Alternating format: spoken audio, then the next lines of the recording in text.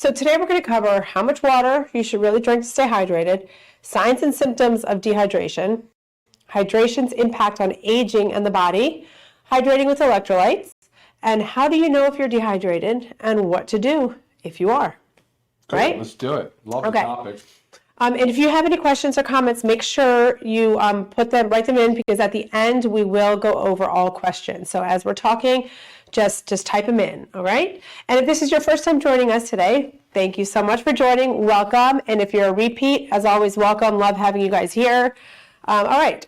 So how much, I'm just going to jump right into the big one. How much water should you actually drink? I mean, I tell you, when I was going through all the research on this, it is seems like it's such a gray area, right? It's like this one, site research says this, and this other one says this, and it's kind of, it's very, very confusing. But what we have to understand is there's so many factors that influence this. A person's hydration level, it's unique to that person. It's based on age, activity level, diet, climate, and medications that you're taking. Sure. I mean, there's so many factors so many factors. So it's not a black and white. It's not just to be able to say, okay, you need to drink this much water every day, because you have to understand if you're one of those, like say on many medications, those are going to further dehydrate you, so you have to work a little harder. So a lot goes into it. I mean, what is your rule of thumb, Ryan? Like with hydration? Personally, let's start with personally, okay. And then what's your recommendation to everyone else? I mean, I think of the body, like the body is a reservoir with different compartments, and we all know, like we've heard, the body's mostly water, right? It's let's call it 2/3 water, but when you look at it from an intracellular, extracellular, different compartments have different water, concentrations or volumes, between the lungs, the brain, the heart, skin, bone. At the end of the day, you're still mostly water, but it's not just like distilled water. It's a concentrate of electrolytes, which is typically your sodium, mostly sodium, and that's pretty much what we're going to drill in on today, because I think a lot of the controversy that you'll hear and we'll talk about, we'll probably get some questions on, is that essentially the FDA has a certain recommendation for limiting sodium, right, and the risk associated with people with high blood pressure, primarily high blood pressure, right? And you'll hear that I find that guidance is extremely flawed. And I think mainstream, is starting to adjust to it, even though there's still kind of that relentless push by the FDA. So I get the fact why there's a lot of confusion on this topic and a lot of misinformation. Hydration is important, but not just plain water by itself. Again, sodium is the primary determinant of hydration of the cell. Whether it's intracellular or extracellular, we don't need to get into that. We're not today going to talk about like tonicity and osmolality and osmolarity. We're not really going to drill into all these like highly deep scientific terms, because I think that's probably a little bit more of a deeper dive than it's necessary, just to sort of distill down what should we know, like what do we think is the right advice. But for me personally, I go hard on hydration. I go hard, but I also sweat a lot. I live in a very hot climate, very humid climate, and we're on the go a lot. And so certainly I put a lot of effort into my hydration. So I'll drink at least, 150 ounces of water a day. I mean, in some of the guidance that I've heard is like, well, a good guideline is half your body weight in pounds, you should drink in ounces. So if you're 150 pounds in body weight, you should drink 75 ounces of water a day. That's not exact science by any stretch of the imagination. It's just giving somebody something. It's a great rule of thumb. It's a great rule of thumb. It's just guidance. It gives you some rule of thumb. And then there's some other stuff, at least I know I'm jumping the gun probably a ton, because in my mind we were going to save questions. Right. Should I pause and let you go? Well, yeah. I mean, so basically, like we have the structure. Yeah. So half your body weight in ounces of water is a great rule of thumb. And can you show them your water ball that you have right there? Sure. I don't have mine with me today. Okay. Okay, so this is 64 ounces. Right. So I know Ryan, we both actually drink probably 2 of these plus, a day. Right. But again, we are also, like Ryan said, in that situation where we sweat a lot and it's very hot out. So right now, just walking outside, you start to perspire. So it's beyond the exercise and the sauna use that we do on a regular basis. You just have it just going outside. So again, if you're a situation, taking medications, living in a hot climate, exercising, older age, your hydration requirements are different. But again, a great rule of thumb is half your body weight in ounces. So half your body weight in pounds in ounces of fluid. And that fluid can come from other sources. Like say, just example, with LiveGood, we have our Super Red. Say you mix your Super Red with 8 ounces of water. There you go. You've got another 8 ounces there. So some other factors can take into play as long as it's not something that is further dehydrating you. Okay, we'll circle around to a lot of what you were also talking about. So now that we know how much we should be drinking, let's say signs and symptoms of dehydration. And some of these, most of you know, but it's basically, could be feeling thirsty, dry mouth, dark yellow, stinky urine, dizzy or lightheaded, irritability. And I know headache's a big one. I will tell you, anytime my child comes up to me and is like, my head hurts or I'm tired, I say, drink water. Just drink water, because let's first see if that eliminates it. Because, kids, I feel like I'm constantly running after them, trying to get them to drink more water, because they're ones that wait until they are like dying of thirst before they start drinking water. No matter how much I preach it, it's hard. So a lot of those symptoms can just be dehydration. I mean, just you have to recognize cues, but always go to the water if you're starting feeling something. Like instead of you have a headache, instead of jumping and trying to take something to alleviate that headache, like Tylenol, go drink some water. See if your body just needed some fluid. So I mean, any of us can face dehydration if we're not careful about it. So I mean, I know I'm super careful about it, but there's many times that I'm like, oh my gosh, I'm so thirsty, and then I'm like, gosh, why am I thirsty? I have not been staying on top of it. So basically, obviously dehydration is occurring when our body uses or loses more fluid than we're taking in. So you've got to be cognizant of that. And every day may be a little bit different depending on what you're doing. We talked about the weather. We talked about exercise. All play major roles in it. Anything to add to that? I mean, I feel like that was very streamlined about our signs and symptoms of dehydration. Yeah. And, body composition, another one. So we talk about water compartments and things of that nature. Fat doesn't hold a whole lot of water. I don't know if it's 10% maybe, whereas muscle has 75% water. I mean, so you're talking about a big swing from one individual to the next, right, as far as water composition goes, water content. And, so like you said, there's medications and there's things, and there's caffeine, there's alcohol, and not to say that they're truly dehydrating, because I don't think they are, but they can still, in a way, act as diuretics. And a lot of times that's, of course, the way that people will lose a lot of their sodium too, is so urine, of course, sweat, perspiration is sweat, respiration, just breathing. One of the reasons why we wake up in the morning, first thing after 8 or 9 or 10 hours, whatever it is, of sleep, we've been sitting there just breathing some, right, breathing it out. We're just not well hydrated. We haven't been consuming any fluid. So it's one of the reasons why we always preach that first thing in the morning, let's get that big jug of water down. So, yes. yeah, no, there's going to be a great amount of content that comes out of this, and I'm probably sure we'll just scratch the surface. Right. It's a lot. Hydration's a big topic. It is. Okay, so let's talk about hydration's impact on aging in the body. Okay, this is a big one because, first of all, with aging, we all think it's like our physical appearance, and that's part of it. But what you have to understand is our organs age, and those are highly affected. The rate of aging of those is highly affected by hydration. So you have to keep that in mind, right? It's not just about, I know like you can be dehydrated and your skin shows that, but it's also got to think, your skin's an organ, but you have to think about the organs that you can't see. And it's really important. Like we all want to age gracefully. You can't stop the aging process, but you can slow it down, right? So very big on that. So dehydration is can lead directly to an increased rate and speed of aging. Let's say, what was I going with? This is like where my sick brain is right now. Just daytime energy. You kind of talked about it with first thing in the morning. So sure.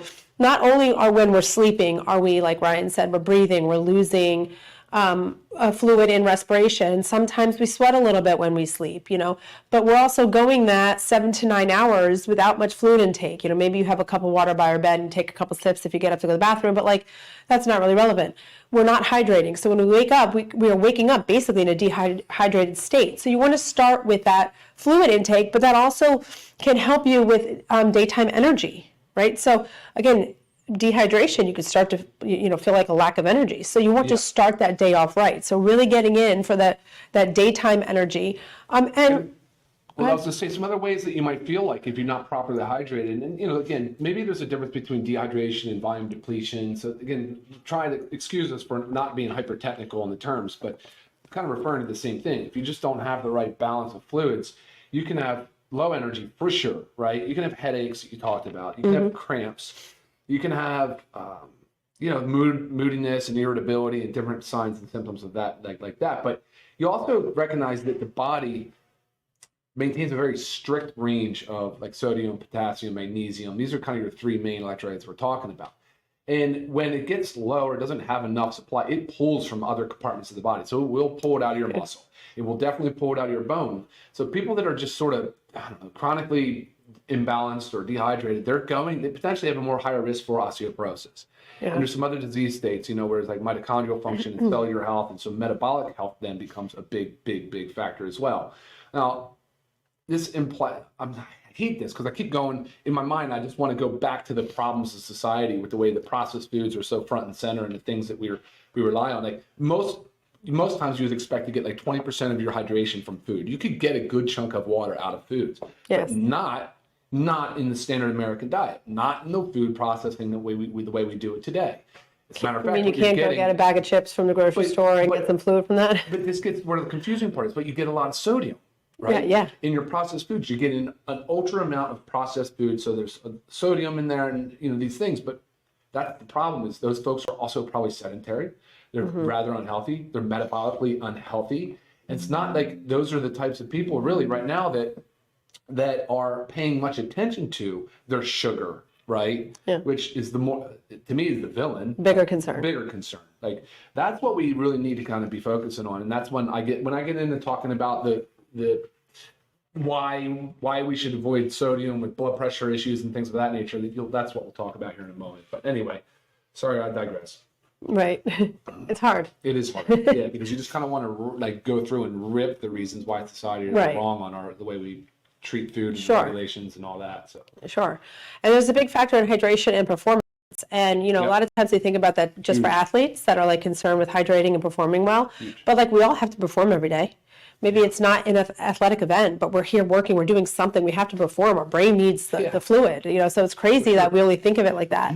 And just like simple things, like last night I was out breaking down recycling boxes, and again, it's so hot where we are right now.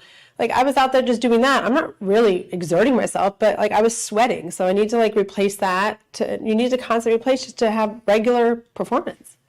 Yeah, again, like so you're talking about hydration. I'm talking about like the sodium part, because sodium and potassium are part of.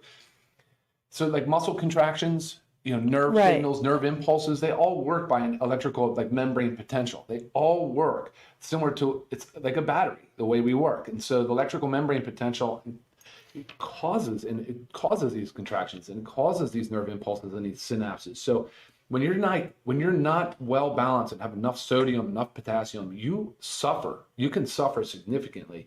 And so that's why I kind of keep coming back to is that the body's telling us what it needs, and many times we're not feeding it the right nutrients, minerals, salts. Yes. So we're going to lead right into the hydration with electrolytes. So we just covered hydration and the aging and what it does to the body, and obviously hydration level directly affects your speed and rate of aging. So we want to make sure that we're hydrated. I always used to say to my clients too about your muscle when you were just kind of talking about muscles. I'm like, do you want your muscle to look like a beef jerky or like a nice piece of steak, right? You got to think about that's the hydration of your muscle. I mean, just to have like a visual of like what is going on when like your fluid is taken from your muscles because you're not hydrated. They say the snap back of your skin. So when you pinch the skin and how fast does it snap back, the sagginess, the droopiness of the skin underneath the eyes. There's different ways, to assess hydration status, and it's not very easy. Right? For sure. It's not easy. All right, your eager beaver topic, hydration with electrolytes. Okay, so obviously electrolytes, charged minerals that help you stay hydrated. Body loses water and electrolytes from sweating, exercise, illness, diarrhea, all that kind of stuff. So we have our lovely hydration amplifier, which is our LiveGood hydration amplifier, which we just launched. Very proud of it. Stick packs. Yep. Single stick packs. 30 stick packs in a bag. Yep. So it's easy on the go. Take it anywhere you go. Make sure you have it. With LiveGood, we have if you're new to us, we do have a membership. So if you're a member, that's $19.95 a month, or sorry, $19.95 for the product for 30 days. If you're a non-member, $24.95. Regardless, the prices are outstanding, and Ryan will go into detail about our ingredients in there and kind of what sets us apart from others. But Ryan, I mean, electrolytes have so many benefits throughout our body. You tapped into a lot of them. So, sum it up. Why should we all be hydrating with electrolytes? Beyond the fact of we're losing fluid and all that, or when we're losing electrolytes, why are they so important for us? Man, we just went over it. Exactly. Everything we just said. I literally just answered that question, I think. So I would say that when you're looking at the electrolytes, you've got sodium, potassium, magnesium. The magnesium is not a major player in this formula. You'll notice there's about 60 milligrams, which is the sweet spot. The scientific studies have shown that for rehydration therapy, so oral rehydration therapy, and you'll notice we left out glucose, which we'll talk about in a second, but electrolytes are your primary determinant of cellular hydration. It's simple. The way that the intracellular and extracellular system works, there's an actual pump, there's an actual mechanism to which sodium moves across, to which potassium moves into the cell. And so you'll notice that's why we balanced this out the way we did. It's 5-to-1 basically. So you'll see that there's 1 gram of sodium per stick pack, 200 milligrams of potassium. And that's the sweet spot right there. The magnesium, we use magnesium glycinate. Again, it's our favorite form of magnesium, 60 milligrams. We added acerola, vitamin C in the form of acerola, which is awesome. So 100 milligrams there as well. And it's a super clean formula. And we use an organic flavor, organic juice extract. And so it's nice. And when you mix it with water, it's a lemonade flavor. It's the first of probably other flavors we'll launch. But going back to the reason why electrolytes are so important is whenever you're trying to hydrate, there's osmosis. Osmosis is the term most people follow. It's a concentration gradient that water will flow into. So having the proper amount of sodium and potassium in the right ratio will increase the amount of water that's pulled into those two different compartments. So science has shown this. You typically don't need sugar unless you're some extreme endurance athlete. And you know how we feel about sugar. We really try to treat it as the villain that it is. With few exceptions. There are a few exceptions. Of course, glucose could be beneficial in some cases to drive in water, but I don't think we're talking that those are extreme examples right now. And if you are one of those people, then you can access glucose packs and different ways to get your sugar at the same time. That's extreme athlete performance, high performance level. Nothing pains me more when someone's taking an electrolyte powder or drink or whatever it is, and it has your electrolytes, but then it's also filled with a ton of sugar. Another junk. 99% of us don't need that. Again, we're talking about these elite athletes need to replace that glucose for sure. There were some good questions up a little higher too, but this one, just where we're going. But so real quick, I mean, again, Ryan talked a lot about why we need to hydrate with electrolytes, the importance of it. This is crucial for everybody. Great idea to have one a day. Sometimes if I am experience a lot of sweat loss, also I'm sick right now, so I am doubling up, just making sure I'm getting everything I need. But one more thing I want to cover is how do you know if you're dehydrated? I know we a little bit talked about this. A lot of times you like to think, oh, I'm thirsty, so I'm dehydrated. But your body actually loses 2 to 3% of fluid before you begin feeling thirsty. So you have to just recognize that, because sometimes when we feel our first thirst, we're not jumping for a drink, or maybe we don't have one with us, whatnot. So you have to just constantly stay on top of it. And I want to talk about a little bit of ways ideas that you can help yourself do that. So again, Ryan has his big water bottle here. He knows he tries to drink at least 2 of those a day. This is not gulping it down all at once. It's a balance. Another way you could do it is a glass of water an hour for your first 10 hours of the day. It is important to slow down the later half. Otherwise, you're going to be up all night going to the bathroom. So I do try to stockpile more. So think about first 10 hours, your first awake 10 hours. Focus on getting most of your fluid in. They make those lovely water bottles now that have the markers. They actually go hour by hour.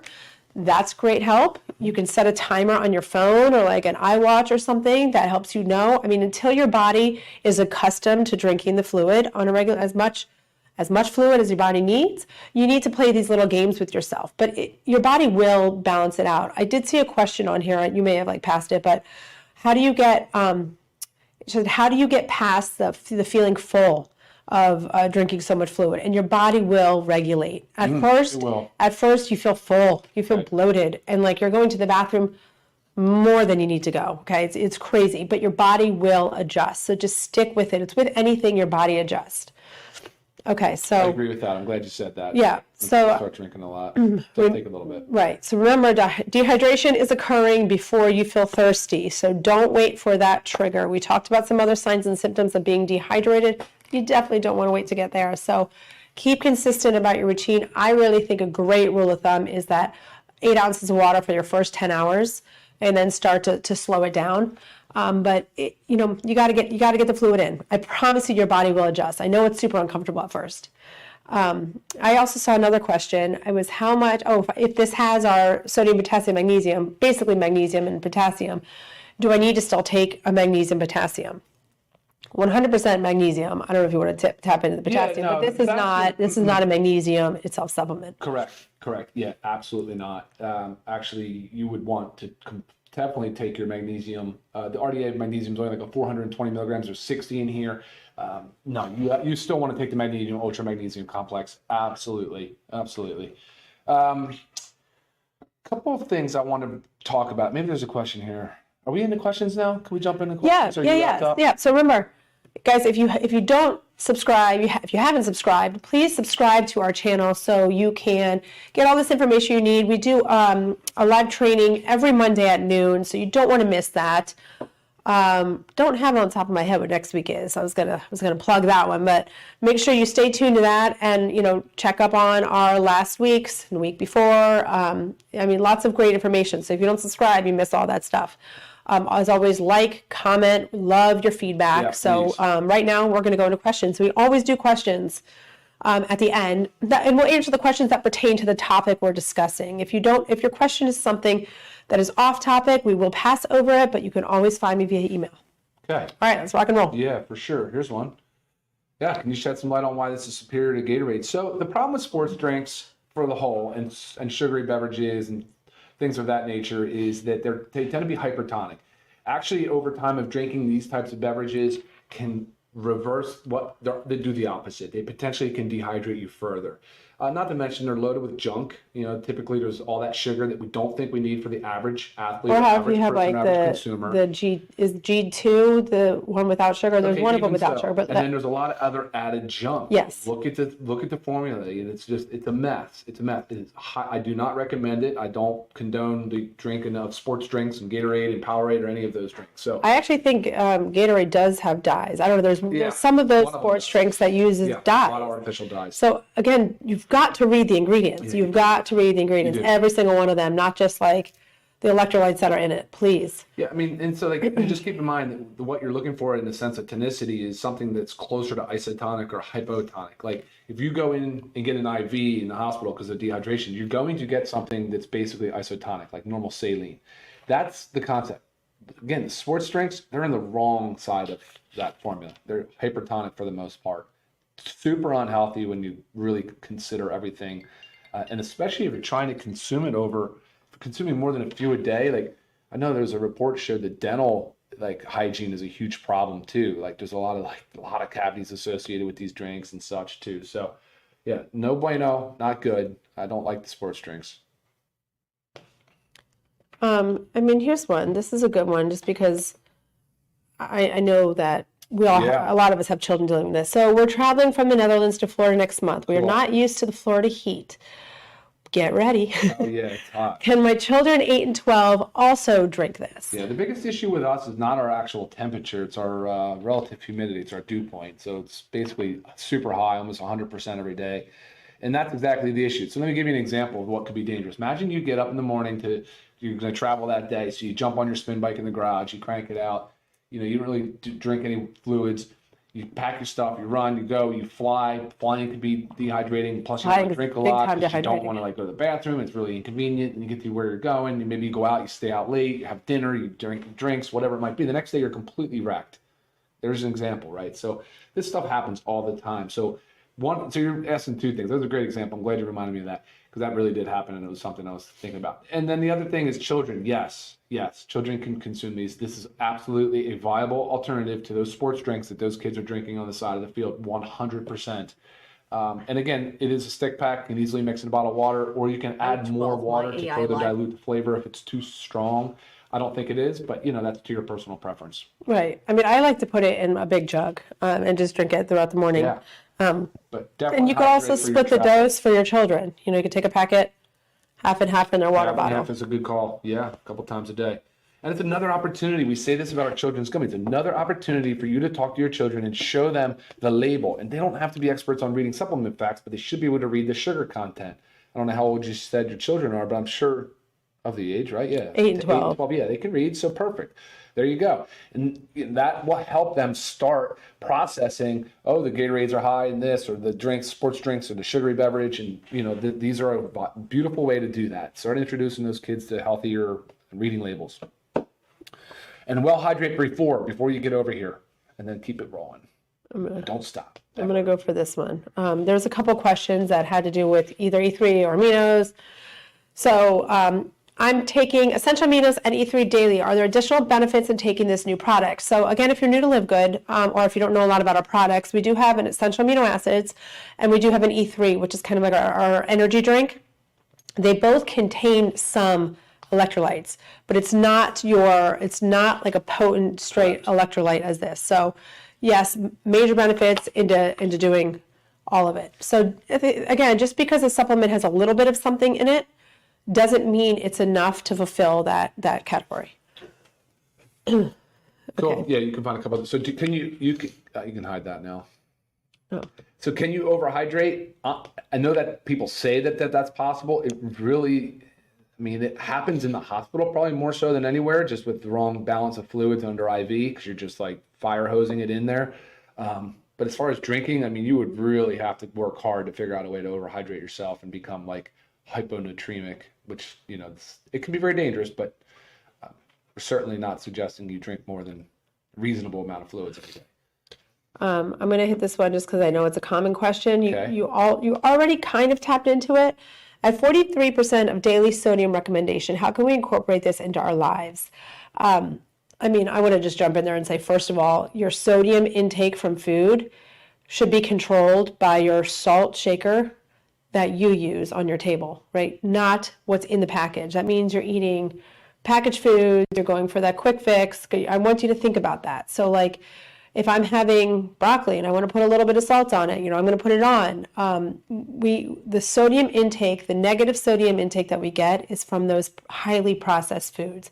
And I'm still not convinced it's the salt that's in those foods. It's the junk. It's a lot of the other junk, yeah. So, yeah. It's contributing to our obesity and our diabetes Yes. and our kidney disease, because Yeah. that's where it comes down to. It's where the kidneys get lost and confused when you have all this overloaded sugar and your insulin response and insulin resistance, and you Right. know, it's a mess, guys. It's a mess. And as a matter of fact, studies that the FDA and the government has used to suggest that we should consume less than 2.3 grams of sodium per day are flawed. They're actually flawed. Now they've been like, there's studies that have shown that too little sodium actually is what causes high blood pressure. Right. You know, and then the study that the one study they referenced with the rat, they like bolus a huge amount of like sodium, and of course it can acutely raise blood pressure. You're consuming that high amount, but that's again not what we're doing here.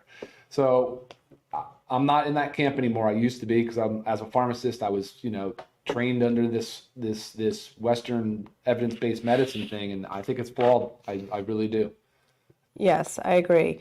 I'm just going to go to this one. But that's not to suggest that if you are still consuming a highly processed like standard American diet, and then you wanted to start adding in a couple of these packs a day, yeah, you could very easily overload yourself if you're sedentary, already have pre-existing diabetes and other conditions. You potentially are overloading yourself, right? Your kidneys and such. Right. So that's certainly not advised either. But also know those diabetic medications are dehydrators. Well, most of the antihypertensives, you know, Right. the diuretics are for sure. I mean, that's how they basically work. They deplete the body of the volume. Right. They get rid of water, salt, and therefore, water. Right. Osmosis again.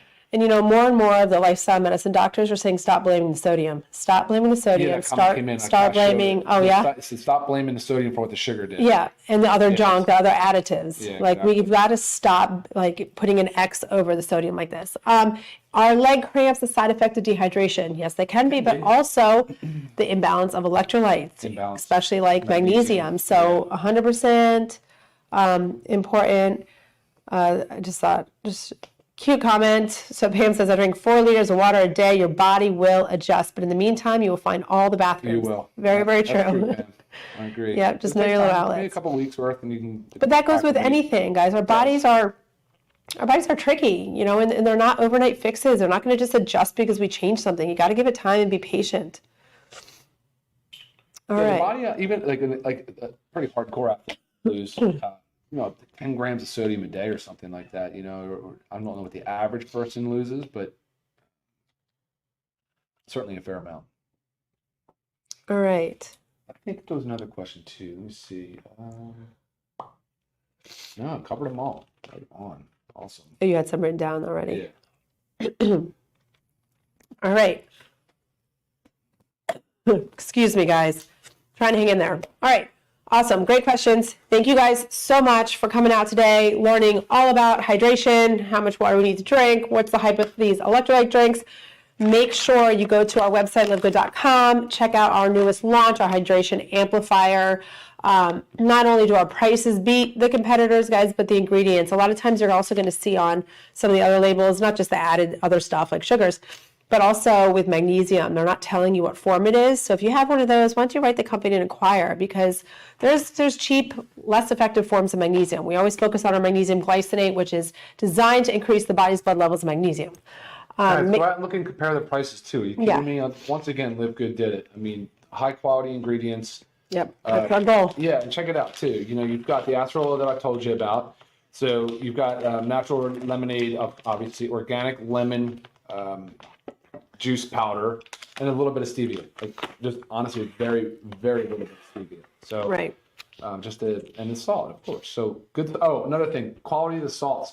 Other brands, you got to be careful with salt. Not all salt. Basically, all salt's contaminated to some extent, right? It comes from the earth, and there's a few different ways to source salt. We sourced our salt and test our salt. The certificate of analysis will show you no metals. We did a few different tests on it to make sure, and we're good to go. We're good to go. So cautious of some of the other brands, and I've even made a comment about how the Himalayan salt can sometimes be contaminated with different things, and so like microplastics. yeah, microplastics and some of the fragments of the explosive they use and different things like that. So we did not talk about the quality of water today. Maybe we'll do it on another day, but again, try to get your water from an RO with a post filter on it that adds back some minerals for the water. But either way, careful with your water. Watch out for PFAS. I know we're trying to get PFAS out of our water supply, so.